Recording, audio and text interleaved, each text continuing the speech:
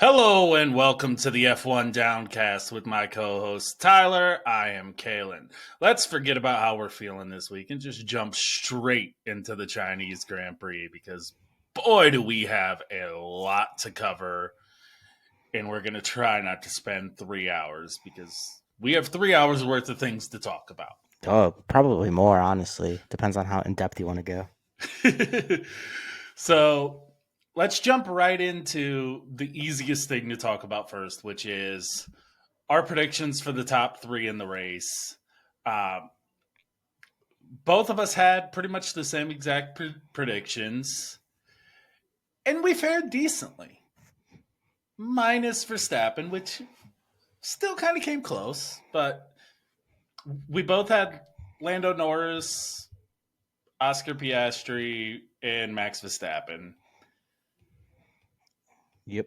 And Didn't quite turn out that way, but we were no, close. we're close. I mean, I definitely didn't see George Russell getting P3 for the second time in a row, but honestly, like, good for Mercedes. I think that just shows that they fixed their issues from last season with the tire deg. So, like, I think that's good. Yeah, Mercedes definitely has a good car. They have probably track dependent, probably the second fastest car. I would say so, yeah. Behind McLaren for sure.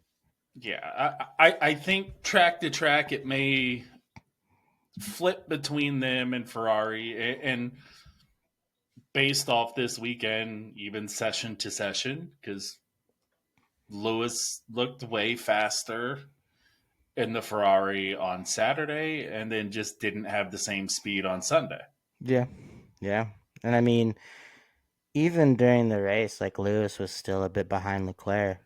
And Leclerc had that front wing damage the entire Grand Prix. So like, I still disagree a little bit with the broadcast about that not being a big deal. I think that wing did help a little bit with some of the problems Leclerc was having, but only Ferrari will know when they do their technical investigations afterwards. But yeah.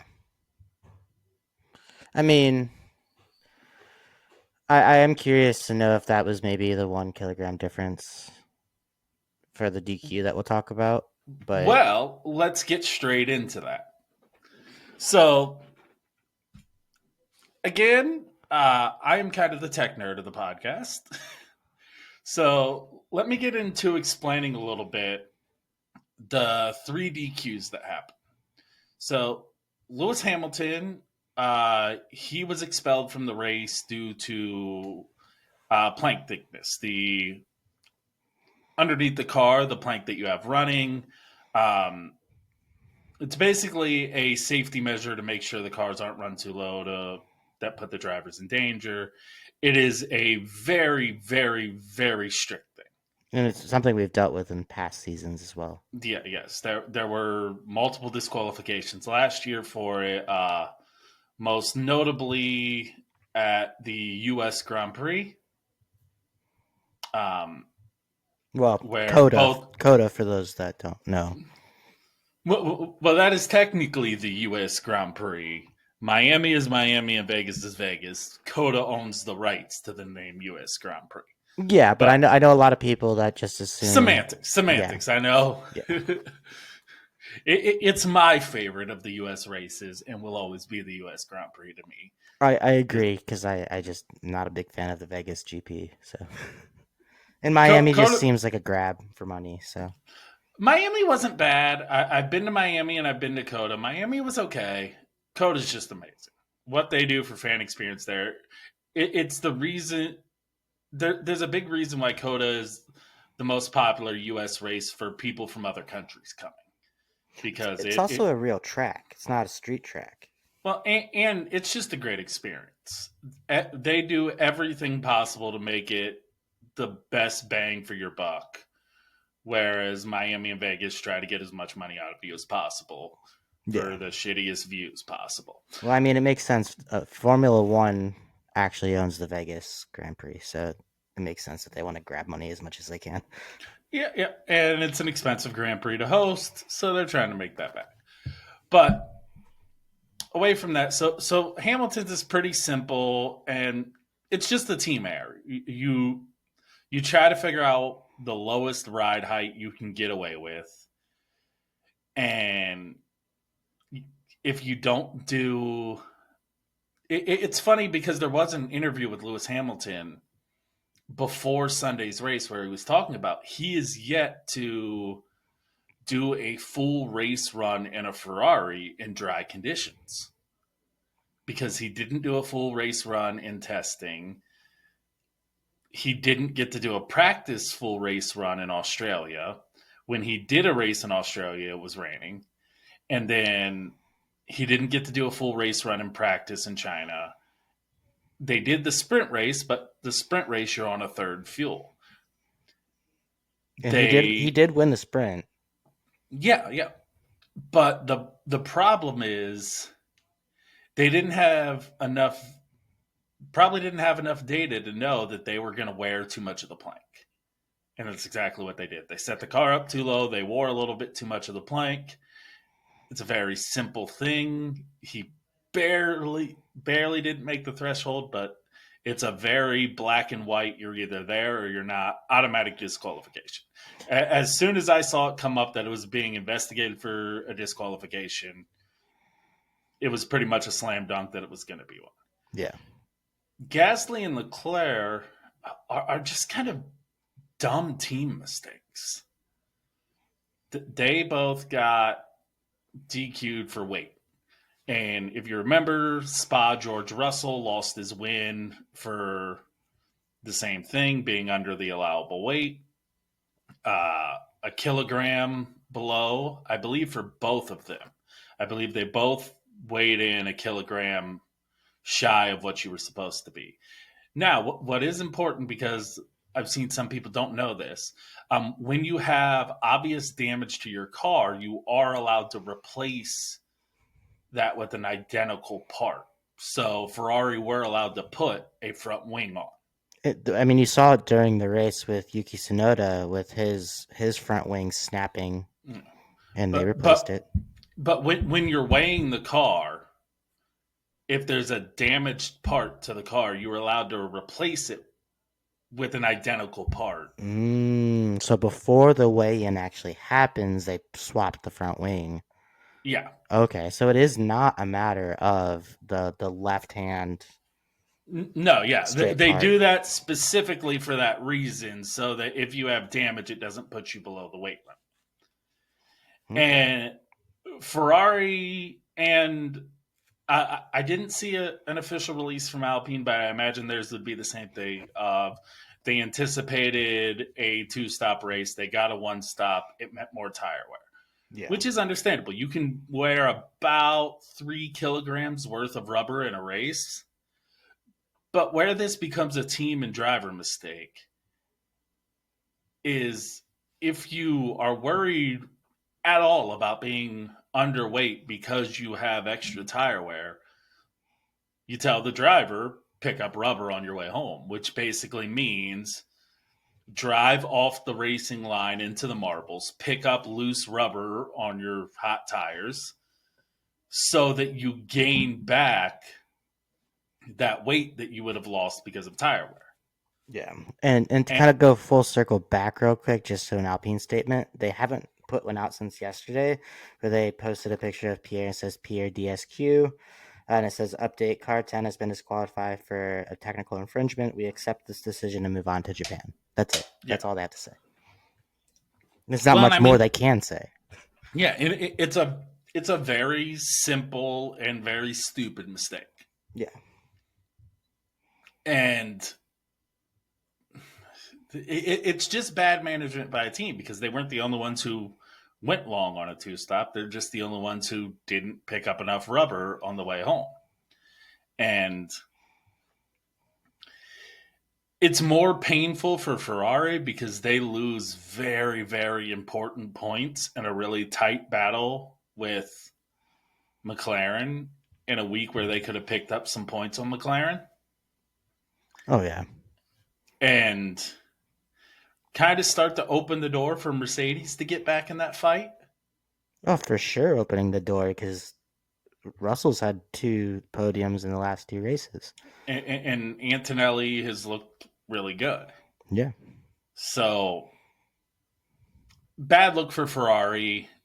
For Alpine, I think we're just kind of used to Alpine being a little Alpine. bit bad on the management side, and I think Alpine are kind of lucky right now with the Red Bull situation because I think without Liam Lawson, a lot of people would be like, okay, so when's Jack Doohan gone? Yeah, Because Jack Doohan did not have a good weekend. no. After not having a good weekend, I mean, his he. moves with Isaac Hadger were incredibly naive I and a didn't. bit dangerous. I didn't catch it, but did he get penalized for the moving under Yeah, braking? he didn't get penalized for moving under braking, but he did He get a did, 10-sec penalty for forcing running Isaac Isaac off off. the track. Oh, Yes. okay. Okay. And I mean, I think they were just kind of nice after the already 10-second penalty not to give him one for moving under braking because he could have got one there. Yeah. Needlessly dangerous driving for something that wasn't a points position. Yeah. And I mean, granted, without, I mean, he would have finished P16 if there weren't any DQs. And fighting like that with Hadger just it it it looks bad. Yeah. It looks bad on a driver who's already under fire and has had some control issues. You're kind of far off your teammate again. And now your only highlights are of you going aggressively overboard. Like, glad you're fighting, but there is that point where it's too far. It kind of reminds me of Yuki's rookie year when he would fight and he would fight a little bit too much, and it would get him in trouble. I would agree with that. Yeah. All right. Now, this is probably going to be a long section. Speaking of Yuki Tsunoda, there's an emergency Red Bull racing meeting scheduled for Thursday in Milton Keynes. It will be attended by everyone of importance at Red Bull, including now apparently Max Verstappen. There are two parts to this meeting. One, to try and figure out what is wrong with this Red Bull car and how they can fix it, Which to me is the most important freaking thing you can do. which is the involvement of Max. Max is very ingrained right now with uh, the Aero team and trying to figure out what's wrong. And I think they're really suffering from what Mercedes suffered from at the beginning of last year, where they can get the balance basically right, but they can't get the tires to work. And that the race Sunday was a big example of that, where on the medium tire, Max was incredibly slow. And then at the end of the race on the hard tire, he was running laps comparable with Piastri and Norris. And it just made no sense. Yeah. And to Max, it didn't make a lot of sense. To the team, it didn't make a lot of sense that two different tire compounds would have such a difference in the car, in the balance, and the ability to push. And I mean, if you watch Max in qualifying, the work he was having to do on that car just to squeak the fourth position that he did out of that was pretty intense. Like Yeah. It he wasn't was, easy. It wasn't easy. and so I want your opinion on the Liam Lawson situation. Boy. Okay. So I'll start by saying that I'm a bit jaded by the way that Red Bull as an entity handled the Danny Ricciardo thing. So that feeds into my thought process just the tiniest little bit. It's in the past now. It doesn't piss me off as much. That's just Red Bull. But it's been 2 races. We all know the car is not at all where they say it is, or maybe even where they think it is. And we had the past 2 seasons of Checo, well, really like the last season and a half of Checo not really performing. But then it came out at the end of the season like, hey, the car was trash. We didn't listen to Checo. Maybe we should have, right? And we both know whether they say it or not that the car is built around Max. Max can drive everything. It doesn't matter. I mean, the fact that he was able to pull P4 out of this car is crazy in that race, to me at least. Um, so for them to be so quick after 2 races to already replace Lawson, especially after they hyped him up so damn much, is just bonkers to me.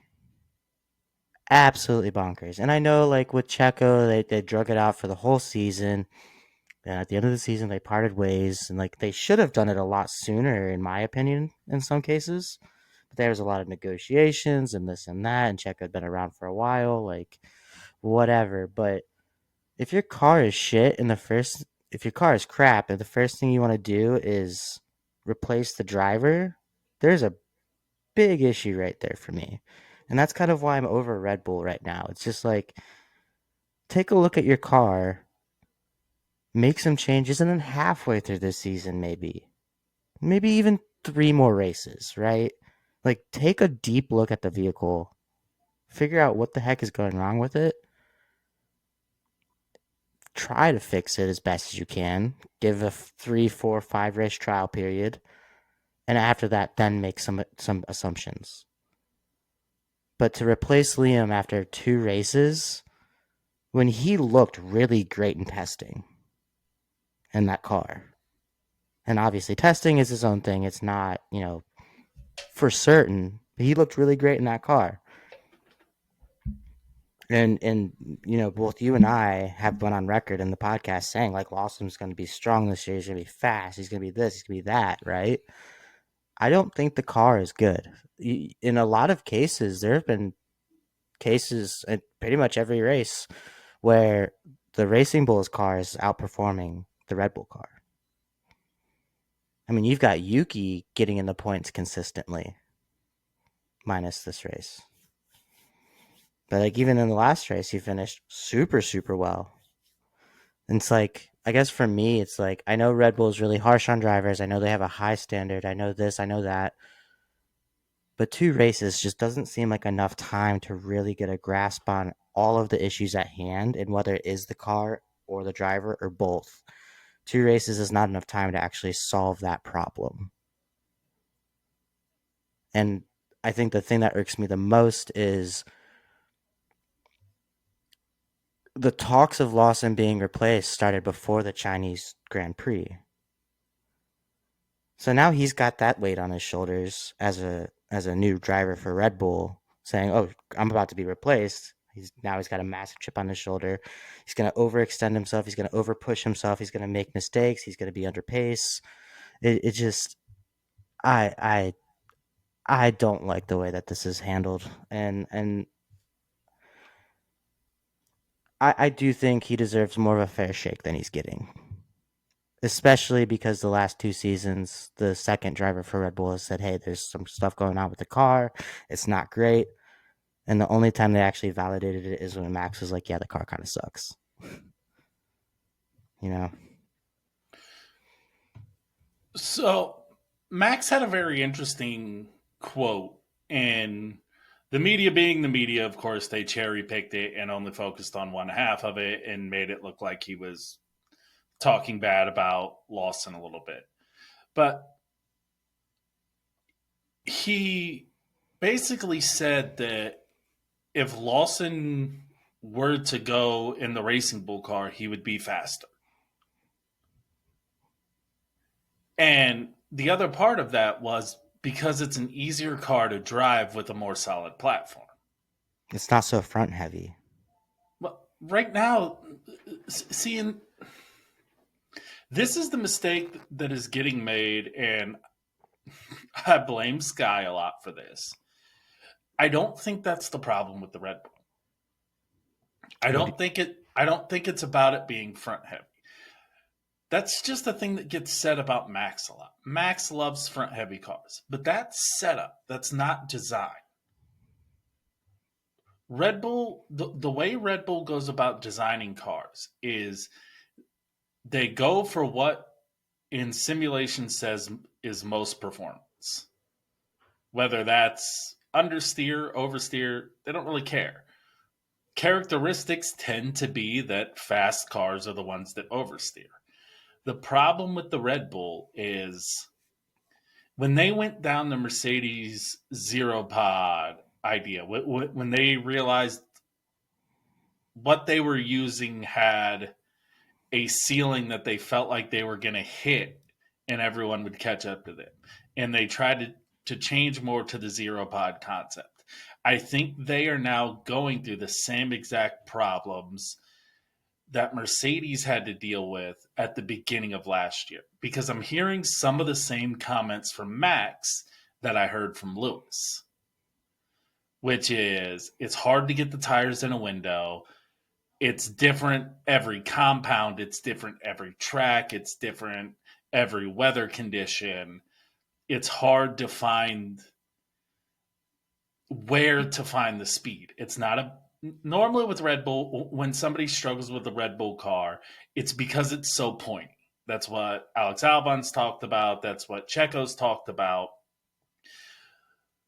I don't think that's the problem with this car because Max is even struggling, and Max loves the pointy car. If it was just because of that, Max would still be fast in it. The problem is the car is not matching what the driver input is. And that's something Max talked about a little bit in one of his interviews after the race, is that part of the reason why he's so confused about where to find the pace and why they're having this emergency meeting on where to find the pace is it's not necessarily a balance issue in the setup. It's not like going into the turn, it's like, oh, there's just too much front end. It's really unstable. It's not one of those situations. It is, for whatever reason, they cannot find a window for these tires. That makes They're sense. That makes they're sense. either overheating the tires and getting degradation really quick, or they can't heat up the tires into the window and they never come in. Um, they had that problem with the medium tires at China to where they just Max was worried about over pushing him because he over pushed him in the sprint. So he went a little bit softer. And then when he went softer, they never came up into that window.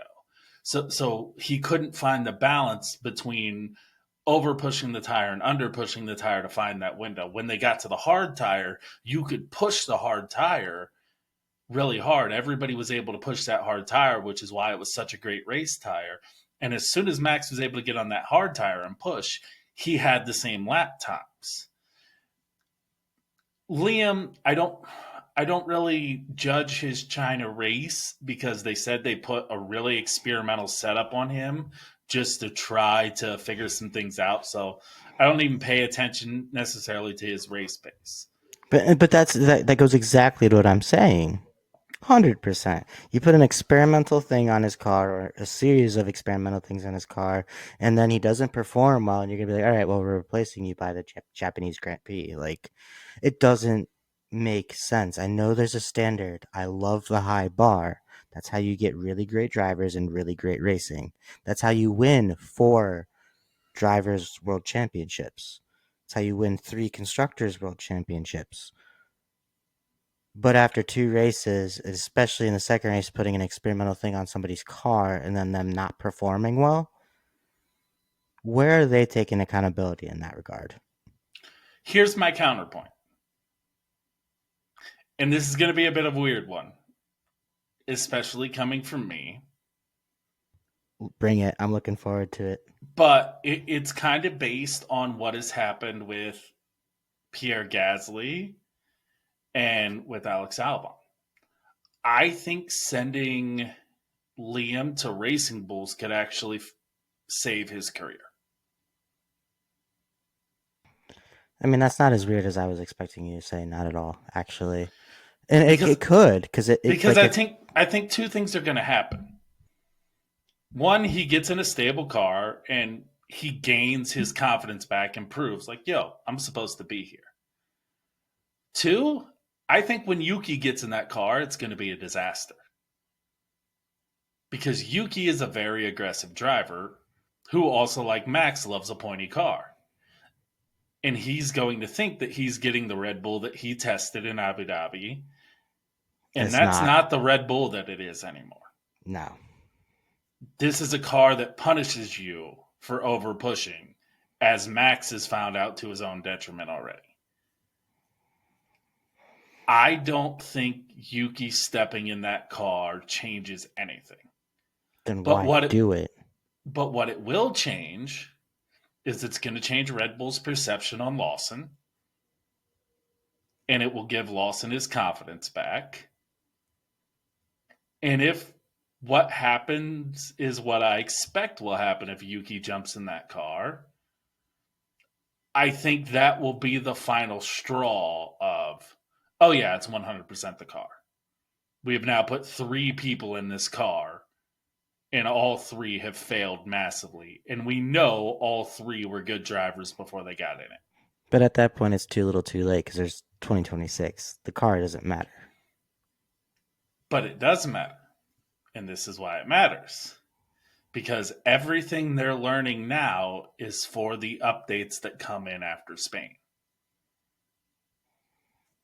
which is still where I think this championship gets decided, at least the drivers. Red Bull has zero shot at the constructors, but I came into the year knowing they weren't going to have a shot at the constructors. The constructors is a three-way fight that doesn't involve them. And honestly, at this point, they really aren't in the top two for the drivers' championship either. But they're Yet. only 6 points back. That's fair. Max is 6 points back after two pretty terrible weekends that he's managed to scrape some stuff out of that shouldn't have happened. Thanks to Lando's terrible sprint race. And I Max being able to pull out a third place in that sprint race and somehow drag that crap box to a fourth in China. Now we're going to Max's favorite track on the whole calendar. And I don't know what the good answer is. But, and this is kind of the problem Red Bull's in, it is if there's a track Lawson knows on the calendar, it's Suzuka. He spent, when you're in Super Formula, Suzuka is where you test that. The Lawson was kind of late to the program, but still, that's the test track. And you do two races at Suzuka. just Suzuka is the most used track in Super Formula. just a quick fact check. Max is 8 points behind. 8. Okay. The 2 point difference doesn't matter. Not necessarily, but just to be Same correct. basically. Same basically. So if there's a track to figure out like if Lawson's gonna get the magic, you would think it would be Suzuka. That is the track on the calendar he knows the best. That's also Yuki's home track, so I can see why Red Bull would want to do that. But just for that, the one potential good performance doesn't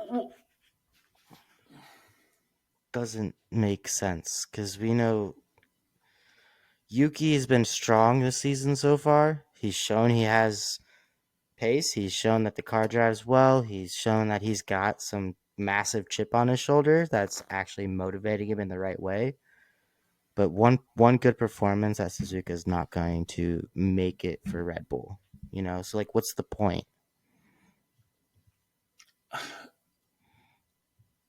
I I wonder if to a point Red Bull themselves needs to know if it's the driver. I feel like they should already know that. And but but it's also Like, how much of your own how much of your own crap do you have to swallow before you're like, okay, it's actually me? Like, well, I think by now they know it's the car. You're not having emergency meetings to figure out what's wrong with the car if you don't think the car is the problem. but then why is there so much speculation about Liam getting kicked? You know? Because if you need to fix a car, do you want a rookie being a part of that? Or do you want a guy who's done almost 100 Grand Prix along with a four-time world champion? Well, when the person that's at almost 100 Grand Prix has a big temper issue, In fairness to Yuki, it's not been so bad this year. yet. He's been a little snide with his comments to Lawson. Which, mind you, last episode we said would be the demise of for him ever getting a Red Bull seat. Like, let's just put that back on the record. Well, I also don't think either of us saw Liam Lawson qualifying 20th. That is So, fair, and starting from the pit. So yeah. That kind of changes things. And even though to a point, Yuki has struggled with his new teammate, you're obviously not going to put Hadger in that car. So, no, no way, no. you don't have a ton of options. It does bring the point that maybe it was too soon to put Lawson in such a difficult situation. Yeah, Maybe a bit too early to put him in that car, knowing maybe they thought the car wasn't going to be such a disaster. but I mean, in testing, they felt pretty solid about the car, and it didn't go that way. in It, hypotheticals though, who else would they have put in that car? they Danny Rick could, had zero interest in well, coming back. well, they could have put Yuki in the car and put Lawson in the Racing Bull, which retrospect being retrospect was probably the thing that they should have done. But I'm sure they were expecting a more competitive car than what they've gotten. Yeah, Every team thinks they found something in the offseason to make a car better. I Red Bull were just, wrong.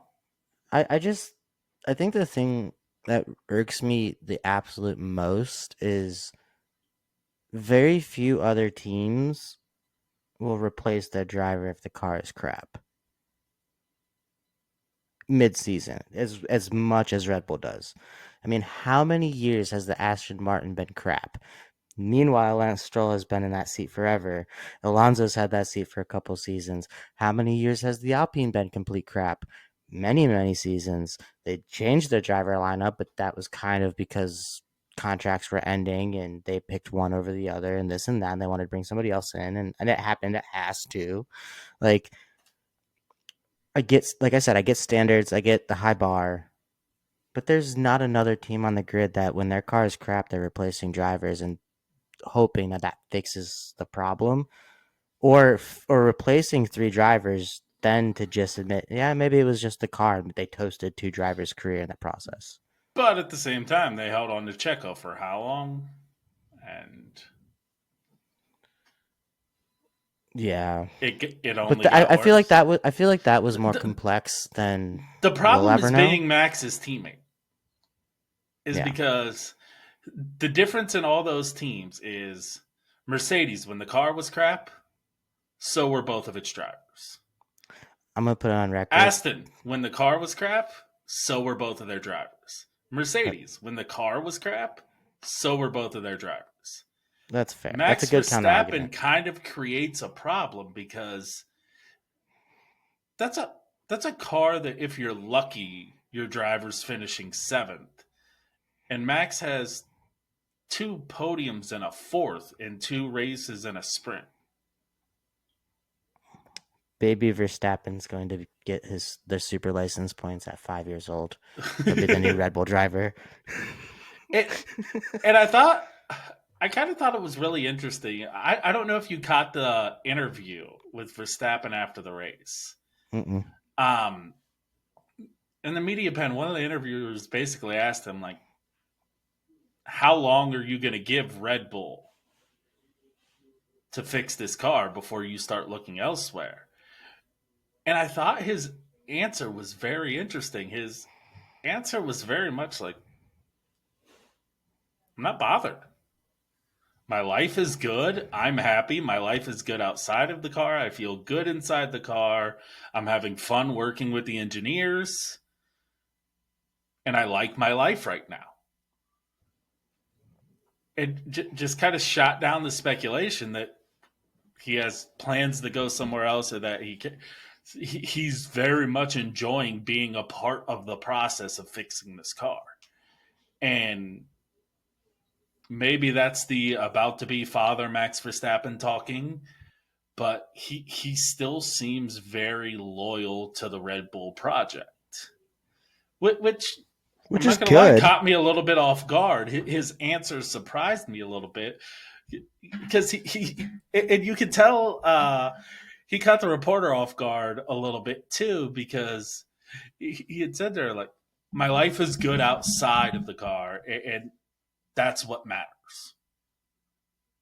And it was kind of like one of those, like,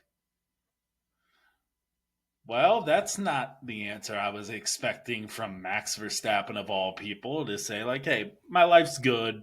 We're struggling, and yeah, it's frustrating, but whatever. I'm still having fun. We're working on it, and I'm not throwing threats around, basically. Like, I feel like I thought that was a that's very mature approach from Max. 100%. And I mean, I feel like that's just the age showing. I mean, obviously he's going to be a dad. He's been a dad technically for a while now to Yeah. Kelly's or A like bonus existing dad, as child. he calls it. Yeah, he's been a bonus dad, but now he's going to be a dad. And so I'm sure there's some maturity in that as well coming up through there. But he's When I won four drivers world championships, three constructors world titles. Like he really doesn't have much to complain about. The dude literally just bought like a $350 million yacht, like over the summer last season. Like, when I think this is where you start to see the differences between Max and Yas. Max watched racing kill his family, and Max seems determined to not be that person, and to always value peace outside of the car above all the other things. And I think that's, minus the and George Russell situation. but even now, when you look at Max this year talking about the George Russell stuff, he won't engage in it. True, true. Even when George engaged in it a couple times, Max is just like, meh, not getting involved. And I think you're seeing a lot more of this from Max, and I'm not as worried about him jumping ship as I was in testing, because it seems like a very mature Max. And even listen to his radio talks, it's just like, yep, figure this out. Not sure where this is going, but look, we'll come in. And I mean, he's flying in straight after China to do a meeting with all the engineers and everyone and try to get to the bottom of it. He said, we have 10 days to figure it out. Let's do it. He Yeah, seems very motivated by the challenge of getting Red Bull back to the top. yeah. And I mean, I will say it's only been 2 races, but his communications with GP on the radio have been less spicy. Yeah, he Honestly, Charles Leclerc has been far more spicy to his engineer than Max has been to GP. that's true. So, all right, I feel like that's good on the Red Bull stuff. It's tough talking about it, not knowing what's going to happen. We know the meeting's Thursday, and that's kind of when everything will be decided. We'll know a lot more then. This will come out the day before that, so as of now, we have no idea what's going to happen. So, all speculation. So let's get on to more of what actually happened in China. First thing has to be about Oscar Piastri. What a incredible weekend from Oscar Piastri. Got his first pole position, did an amazing job to Didn't lead from Lando the it. start. Yeah, was Sorry, Lando. extremely calm and composed. Just did everything that he had to do. And the question that I have for you is, did Piastri just become the title contender? Potentially. I mean, he's 10 points back right now, uh, behind his teammate Lando. You got two drivers in between. You got Max and then George. I mean, to be in the top four drivers for that title contention is huge. I mean, to give an honorable mention, not regarding Oscar, Kimmy's in fifth, so that's actually quite good for a rookie being in a new car to be in fifth place. But yeah, I would say Oscar is definitely a contender. I think the make or break for Oscar is, can Lando keep up his performance, which he flopped in the sprint? Can they keep Max at bay? And can George not choke? So I'm still not sold on Lando Norris as a title front runner. I mean, the points don't lie though. Lando is by far faster. I think Lando on pace is faster than Oscar, but Lando mentally is still not there. And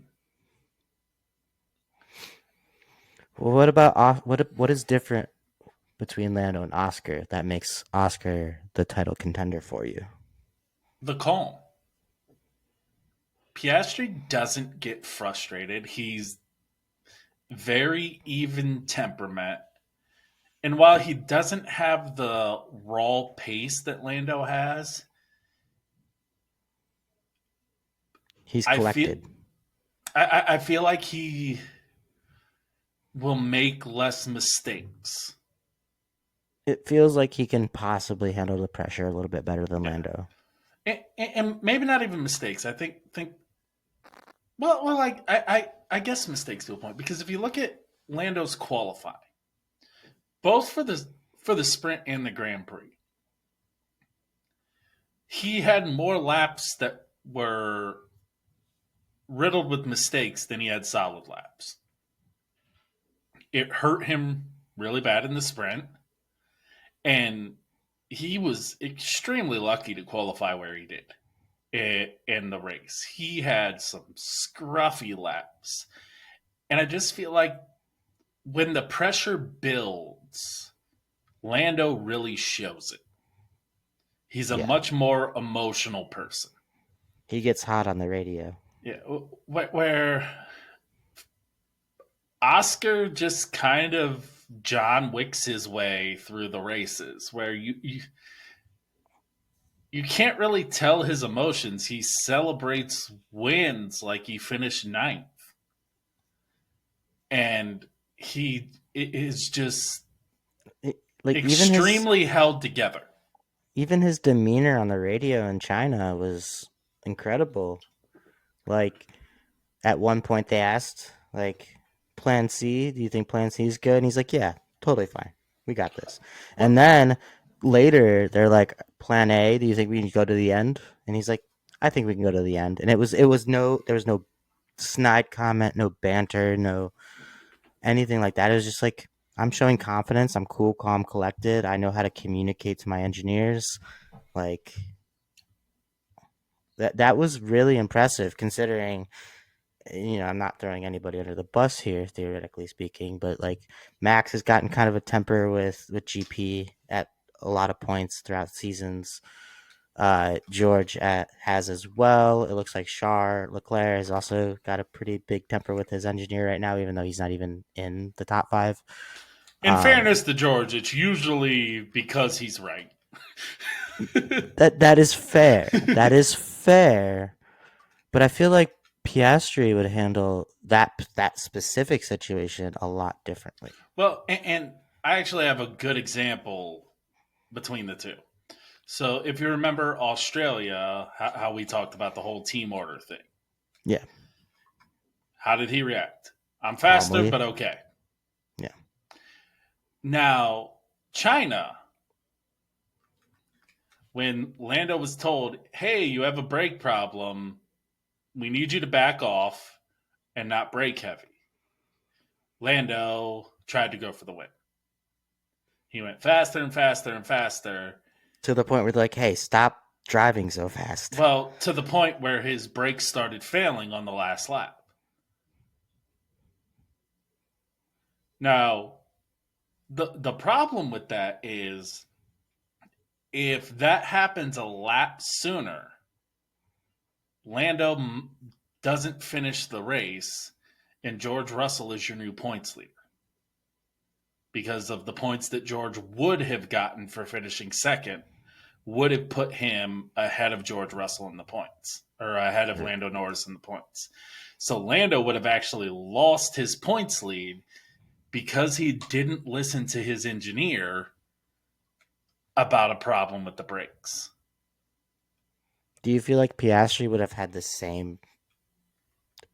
a different reaction in terms of like, you know what, all right, I'm just gonna hang back? Because 100%. I feel like Piastri has enough feistiness into him to But like he has common push it a sense. bit.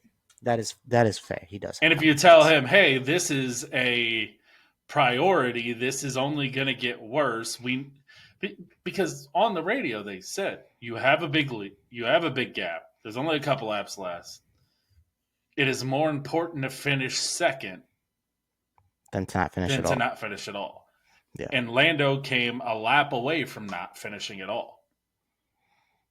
And even in the broadcast, at least for like the F1 TV broadcast, they were saying just how like because it was like it's like a half a millimeter per lap that it was degrading essentially in terms of throw. And like at the broadcast, they're like that's a lot in racing. Like half a millimeter is For huge. an F1 brake, that's massive because Yeah, they only move a very slight amount to begin with.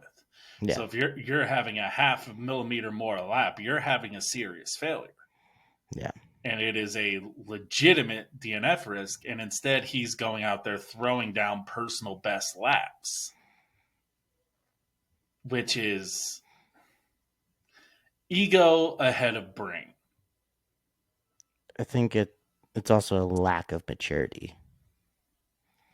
And a lack of being in those situations. And just, I know he said that he learned a lot from last year, but little things like that make me think he did. Now, he may get lucky and he may just purely have the pace to gap Piastri because he does have more pace than Piastri. He on any given day he's the faster driver. But he's the one who makes more mistakes. And if it becomes a close battle towards the end of the year, I wouldn't put my money on him keeping it together. Yeah, And Piastri proved a lot to me this weekend. He really did to be able to lead from flag to flag at a track that he doesn't have a ton of experience at. It was impressive. yeah. I agree. I agree. So also something that impressed me incredibly. The Haas rebound. Oh, Haas. Now, granted, they got a little help with some DQs, but they had a great race regardless. Yes, They yes, they did. they had a wonderful race. Behrman looked like we expected him to look preseason. They kind of proved Australia was just a one off. Ocon looked like Ocon. Like, just all around, this is the Haas that I expected to see when we were talking about them preseason.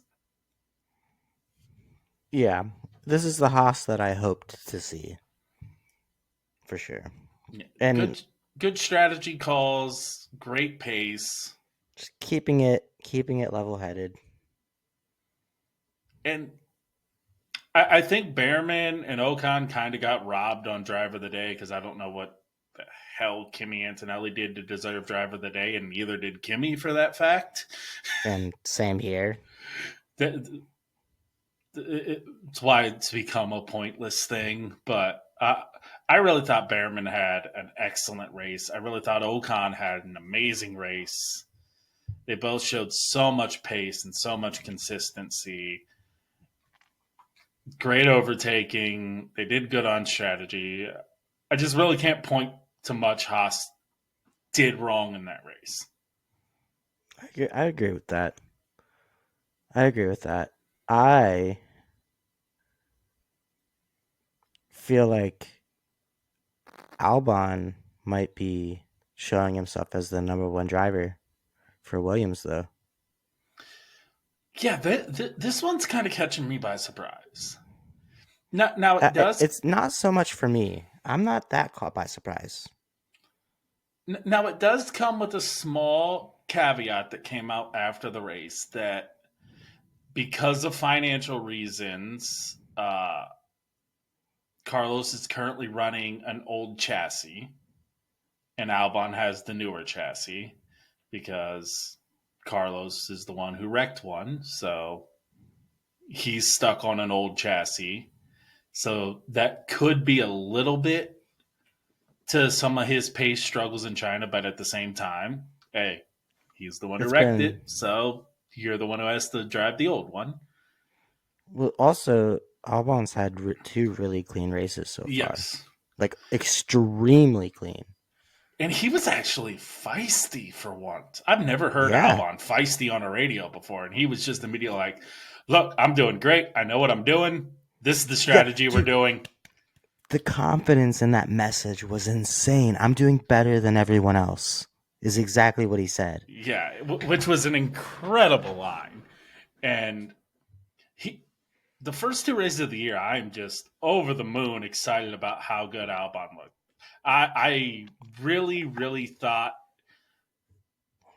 Sainz coming to Williams might be the end of Albon. I really wondered if Sainz was going to outclass him and Same, same. show that maybe Albon was a merchant of beating up guys who didn't belong in F1. But no, he is super, super impressive. And honestly, I feel like it's kind of what Albon needed, right? Somebody that has been performing well at a really high standing team to come in, try to take the number one spot, and Albon is just honestly wiping the floor with it. And it's really been impressive to see both in pace and consistency. He is Yeah. just really proving why Williams have been so high on him, why Williams built a team around him, and why Yeah. he wanted to stay with the Williams project when he did have options to go elsewhere, and instead just signed a very long term deal with Williams. He is really showing that this is my team. I helped develop this car. I know what it needs. I know how to win in it. And I mean, it's really just impressive to watch. Williams now has the same amount of points through two races that they had last year. Which is crazy. And it's pretty much because of Albon. I mean, Albon is in sixth place in the driver's standings right now. How many points does he have? Since you're looking at the He's standings. got 16. And Sainz would then have one. Yes. Sainz has one, correct. So currently, Albon has one less point than Williams had all of last year by himself. That's impressive. It's very impressive. And 2 races into the season, nonetheless. I'm just over the moon for Albon and how well he's doing.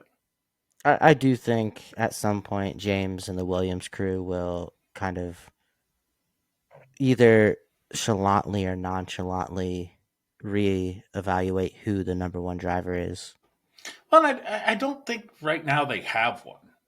I think it's very much a we just need to improve this car and keep going. You really don't care who the number one driver is until you're competing for something that it matters. You know what I didn't have my cards in? Or like what I didn't have in my cards this year? That's Lance Stroll being 8th in the driver's standings. Oh, guess who did have that in their cards, though? You did. Oh, you do not know how much I'm on my Lance Stroll. Just because if this keeps going right, this is my greatest prediction ever. Ever. Before you go off, I do have to note that on the F1 website for the driver's standings, Fernando Alonso is not even listed. There's Yes, 19 drivers well, on because the he's list. never been classified for a race. He technically has not been Ah, classified for a race. because he did DNF the last two. Yep. Huh. Okay. So the thing that's impressing me about Lance Stroll, like, okay, Alonso's had DNFs. One was a wreck in the rain, one was a mechanical problem. But in Very early in qualifying, the race. but in qualifying, Lance Stroll has been besting him. And even for China, where Lance Stroll finished a position behind him, it was by less than a tenth of a second. Lance Stroll apparently spent the offseason saying, all right, fine, I'll show you. Because he is coming to this season as a complete. He looks like the guy who was in Williams before Williams went downhill. The little bit of time he had where Williams still had a car that you could drive to more than the paddock. And he could pull out some impressive results. And when he was at Racing Point and occasionally could pull out some things. The guy who gave Sergio Perez a little bit of trouble at times. Like, he is looking like this guy again. And it's really, really impressive to me. Because there is not a single person who has been crapped on more on this grid than Lance Stroll. True. And to be in the top 10 in all 3 race sessions we've had this year. In the sprint, that meant no points because he finished 9th, one spot outside of the points. But the 2 actual races, he has finished in the points. He has been in the top 10 in every racing session. He has qualified well. And he's not making the Lance Stroll mistakes yet. We're not seeing him make the careless mistakes. He looks focused. He looks in great shape. I don't know if you've seen pictures of him in the paddock, but he looks like he's lost some weight. He looks in great shape. He looks focused. I think Lance Stroll, whether it's because he, for the first time in his career, feels like he actually has to really fight for that seat, but he's kind of tapped back in to what he used to be. Like, he was good in the junior formulas. It wasn't just like Lance was handed a seat. Lance was a really good driver in the junior formula series. He did get to F1 on merit. Yes, that merit came with a lot of money. But newsflash, there's not a single driver in F1 who didn't have some sort of sponsor get him there. Some of them are not as wealthy sponsors in the case of Ocon and Hamilton and um, Lawson, to where the money they had wasn't very great, but everyone has money coming in F1. Yes, Lance Stroll came with more money than most. Full on. I would, yeah, most. Yeah. Full on paid seat. His dad bought the company. Get that. I think that might take the crown as the most money. But at the same time, it wasn't like he was setting performances in the junior formula that still showed that he deserved a spot on the grid. And I think people who got into F1 after that, or people who just don't pay attention to junior formulas, don't realize that like Lance was the dog. He set a record in F3 for most wins in a season. Like How much influence do you think uh, former Red Bull Adrian Newey? How much? Sorry, my brain just like died for a second. How much influence do you think Newey brings to the table in terms of Lance feeling more confident? Because it's also a show of confidence. He didn't drive the car the last few seasons like he had confidence. Now he has confidence. Do you think Newey has anything to do with that? I don't think Newey as much as some of the other people who've come in, because Newey's kind of new to the process. But Rob Marshall came in last year, and he was a very important person at Red Bull. And I think he's made a big difference. And maybe it's just Lance needed some time to get away, do some fun stuff.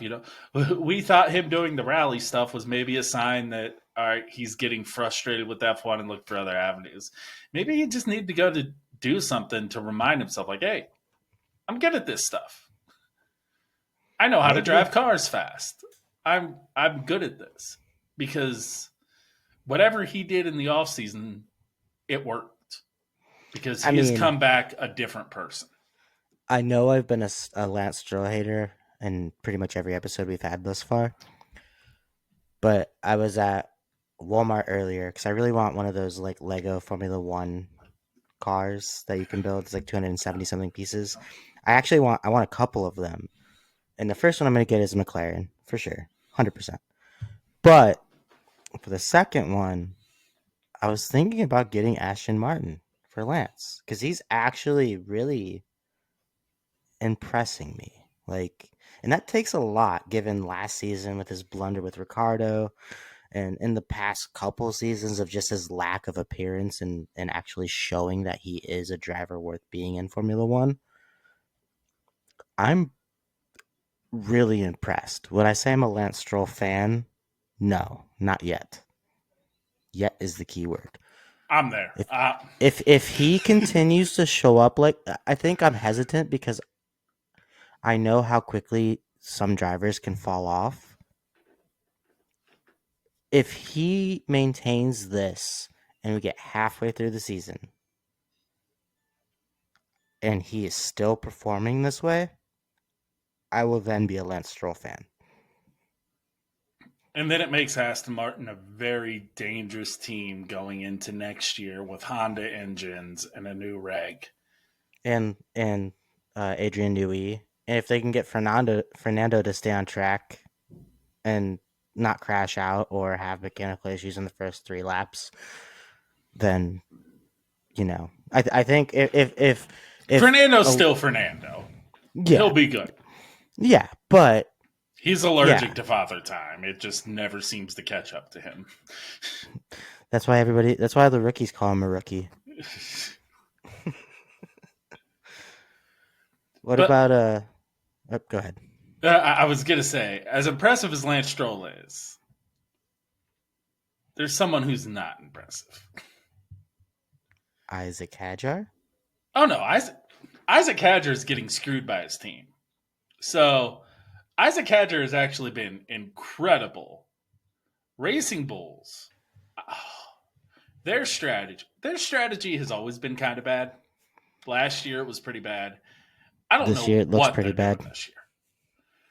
In both races this year, they have had at least one driver in the points and ruined it with strategy. It was Yuki in the points in Australia where they made the bad call on tires and kept him out way too long and ruined his race. And this race, it was putting both their drivers on a two stop in a race that was very clearly looking like it shouldn't be a two stop. And they did And, it very early. and Yuki was doing so good. What really kind of made me angry, so I sent you a video of my setup. For those at home who don't know, I have a two screen setup where I watch four different onboards plus the main broadcast. I watch a lot of screens while I'm watching a race, and it tends to be whoever's important for the race, whoever I think is in interesting positions. One of them's always Max's on board. I'm just now seeing it, and it's wicked. You've got main race broadcast on a big screen. You've got on the second screen, you've got four tiles. The top left is track positions, and then the other three are three different driver onboards. And I'll One of them being Max. and so the three that aren't Max, I will switch what they are based on what's going on in the race. Oh, it's Max, Lawson, and Yuki.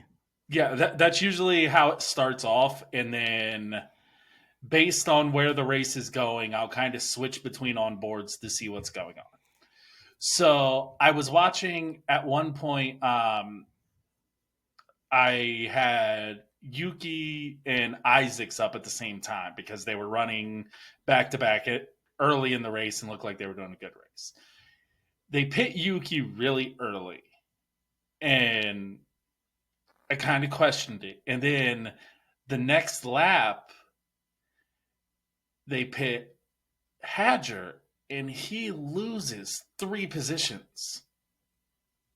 And he was catching up to Yuki and had just gotten Yuki's DRS. They pit Yuki, and it's like you have two drivers in the same spot, and you know that if you pit Isaac, he is going to lose a bunch of positions because you're fighting to hope to get Yuki out in front of two people who pit. Why not put Isaac on a different strategy? Why run the same strategy when you know you're going to drop one of your drivers at the back of a DRS train? And it ruined his race. Isaac never recovered from that. And Yuki didn't either. Well, and Yuki, it was even worse to a point because the traffic they put him in on his second stop ended up being putting him in really bad turbulence that made his wings snap. His wings snapped from not being secure enough in bad wake. And but they had two drivers in points positions. Other people, the first stop I can somewhat understand. Someone around you pit, you don't want them to undercut you, so you pit. I would have left Hadger on a longer strategy and pit Yuki since he was the one in front. But whatever. Okay, you pit them both. Nearly everybody else who pitted around them ran the whole race on the hard tire. Whole rest of the race on the hard tire. They outperformed those guys, had both the drivers in the points even before the DQs. And instead of doing what everyone else did and run those hard tires to the end, they pit both drivers and drop them both outside of the points. Yeah. In 2 races, they have managed to throw away 3 points finishes. They have what could be the 5th fastest car, and they're 9th. and it's 100% only because of bad strategy. I will say though, on the part of bad strategy, both Racing Bull drivers are ahead of the in the point standings individually than just Liam himself. And think of where they would be if they didn't have dumb strategy. Right? Because like Yuki's on the board with 3, Isaac has 0, Lawson also has 0, but Lawson's at 17th, Hajar's at 15th, and Yuki's at 13th. It, it's such a shame because, especially China, they were in such good position, and they'd have been even an even better position after the DQs. And they were fast. And they'd been fast all weekend. I was really impressed by Hadger in both qualifyings. He was had some slip ups in Q2 in both, but in Q1 he was way faster than Yuki both times. Still struggling with having a Q2. That, F2 doesn't have tiered qualifying, and you can tell that's something he's still struggling with. But rookie things. But race pace wise, he's been really fast, and Yuki's been really fast, and they're just throwing it away. And it's such a shame to see. And Do you foresee some changes in terms of Racing Bulls engineers and pit wall? whoever's running this strategy needs fired. It's as simple as that because their strategy was horrible last year, too. They ruined a lot of points finishes last year with bad strategy calls. I would hesitate to say they're going to make any changes because the better that Racing Bulls does and the worse that Red Bull does doesn't look good for Red Bull bottom line no matter what. But to a point, they make those decisions. To a point, but Red Bull Yes. still. Peter Bears is the CEO of that, and he does get last say on personnel. That's fair. Now, yes, there's some influence that comes from Red Bull, but they do get to operate a bit on their own autonomy. Not with drivers, they have no control of their own drivers. But as far as personnel, they installed Pete Bayer for that reason. And I think some changes need to be made in that regard because it was bad last year. It has gotten worse this year. And at some point, they have to dignify the money that's being spent on their existence. Yeah. And ninth place doesn't do that. No. The ideal world for Red Bull is Racing Bulls finish fourth. That is the ideal world that they want Racing Bulls in. I would imagine Red Bull wants Racing Bulls to finish second. I don't think they want them taking points off them. In an ideal world, they finish first, Racing Bulls finishes fourth. They have the best and the best of the rest. That's fair. That's fair. But ninth is not acceptable. No. Eighth is not really acceptable.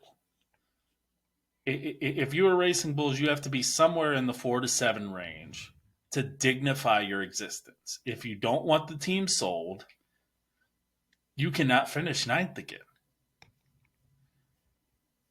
And their car is way too good to be in the position that they're in. Yes. 100%. I agree with that. Now, the one last thing, did you happen to catch any of the F1 Academy? No, this weekend was so crazy busy unexpectedly, and I really wanted to, but I just couldn't squeeze it in before the show. So I suggest going back and watching the two races of F1 Academy. Okay. It was I have not been the biggest fan of F1 Academy. It it pains me both with W Series and F1 Academy that the people who do well in it aren't getting any other opportunities. It seems to be a deadpan, segregated series to a point. But this year, there are some very young talents in there. And a couple of them really impressed. And I'm not going to mention names or teams that they drive through because I want you to be able to watch it fresh for yourself. But there are a couple very young drivers, including some very young drivers who really impressed throughout the weekend, both in the sprint race and the feature race for F1 Academy. And they're not very long races. I think the sprint was 11 laps and the feature was 18, something like that. So they're not very long races. It's worth a watch. It's really I'll worth watch. a watch because it's the first time that I've watched F1 Academy and saw a couple drivers that I'm like, I could see it. I could see them progressing the ladder if given a chance. Yeah, I'll definitely watch it tonight while I'm packing. Yeah, So it's really worth watching, and I really think it. Like I said, it's the first time I've watched between W Series and now F1 Academy where I've seen a couple young drivers who I'm like, yes, let's get them in F3 and F2 next year because they would actually have a chance to climb up the ladder and possibly make it to F1. And I hope it's just not a single circuit thing and that they keep doing well because I was really impressed by the racecraft of a couple of the women in that series. And I'm definitely going to pay a lot more attention to it this year than I did last year. I watched a couple races last year. I wasn't super impressed by some of the quality. This year, there's a very new crop of people in, and I am incredibly impressed, especially at the top end of the field, of how fast some of these women are and the future that they could have both in F1 and other motorsports. And it's a much deeper field than has been in any of these series before. yeah, I mean, I'm looking at their like season calendar. It's a really short season for them, Yeah. and two of the 7 races are in the U.S. Yes. Miami and Las Vegas. Yes. And it sucks that when I went to Miami, they weren't there. I would have loved to see that, but that was the year gap between what became F1 Academy started and when W Series was in some really bad financial trouble and didn't even end up finishing their season. And this is the series that Susie Wolf is running, and I think this is the first year where I'm actually starting to see the vision she talked about coming to fruition. I was very much worried that it was going to become a token series where it's like, oh, women drivers can't get jobs, so let's just get them their own series. But none of them are going to advance because everyone will use that as an excuse to like, well, this is where they can race. But now I'm kind of starting to see like there is some really talented young women, and there's a couple, 16. One of the girls there is 16, one 17. There might actually even be two 16-year-olds. I think I'm trying to remember the age of one of the Red Bull girls. I couldn't remember if she was 17 or Alicia? 16. Yes. Couldn't remember if on the broadcast they said she was 17 or 16. She will be. She's not. So next year she'll be 20. Okay, so it wasn't her. I have to go back and look. They were throwing out a lot of ages at once on the broadcast, so it was easy to kind of mix. And there's also a lot of interesting teams because you have the Formula One teams involved, but you also have other teams and other brands. You have things like Tommy Hilfiger and Puma. There is a Red Bull Ford team, which is kind of interesting. Like, so you have your Racing Bulls, your Red Bull, and then Red Bull Ford has one. Um, you have a bunch of different brands that are involved, plus all the regular F1 teams. McLaren has drivers, It, Aston, it, it's it's int- Mercedes. it's interesting because like the race one winner, she drives for Campos, but Red Bull's a sponsor for that. Yes, I So it's believe. not Red Bull Racing; it's Campos Racing Yeah, or like Prema. well, You and I got actually MP believe Motorsport. both the Campos drivers, one's Red Bull and one's Red Bull Ford. Okay. I believe they're both teammates. So it's a lot of it's basically the teams involved in, I believe, F3, and then pretty much the sponsor then pays for the seat, basically. So Red Bull's contributing money to their seats, McLaren's contributing money to their seats and resources. It's a spec series, all that stuff. So it's an interesting watch, and it's something that I wanted to give a little bit of a spotlight to because I really enjoyed watching the races. They were the only support series on the calendar for this race, so I ended up watching a lot of that, and I was genuinely impressed with the quality of racing and the upgrade from what the quality was last year. So I wanted to make sure that I mentioned that so that not just you, but anyone listening who hasn't watched it goes to check it out because there really is some good racing and there's no such thing as too much good racing. Never too much. Never. Well, that seems like a good place to wrap it up. We will be back again next week where we preview the Japanese Grand Prix and hopefully we'll know who's racing for who. Just like the end of last season. Yes, yes. Every week we're just going to wonder who's racing for Red Bull, apparently. Yeah, it's been lovely this episode. It was a great race to watch. It was a great race to talk about. A bit stressful because I just am fed up with Red Bull, but Yeah, imagine being a fan.